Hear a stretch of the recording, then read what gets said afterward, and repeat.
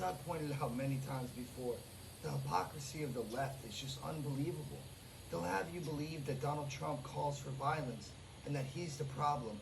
Yet in this video I'm about to show you, it's the many, many times over the years that they've actually called for violence. Heck, Kathy Griffin was holding up a picture of his decapitated head.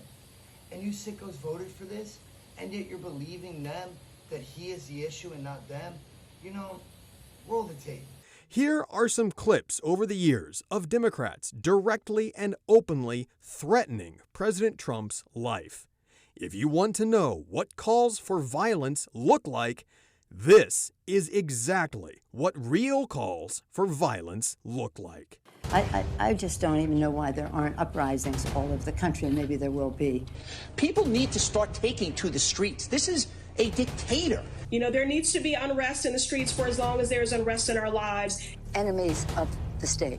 Show me where it says that protests are supposed to be polite and peaceful. Do something about your dad's immigration practices, you feckless. When they go low, we kick. How do you resist the temptation to run up and wring her neck? The biggest terror threat in this country is white men, most of them radicalized right up to the right. I thought he should have punched him in the face. I said, even if you lost, he insulted your wife. Yes. He came down the escalator and called Mexicans rapists and murderers. He said, well, what do you think I should have done? I said, I think you should have punched him in the face and then gotten out of the race. You would have been a hero. I'd like to punch him in the face. I said if we were in high school, I'd take you behind the gym and beat the hell out of him. Punch some people in the face! When was the last time an actor assassinated a president? They're still going to have to go out and put a bullet in Donald Trump, and that's a fact.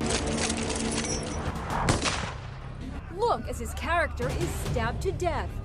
Where is John Wilkes Booth when you need him?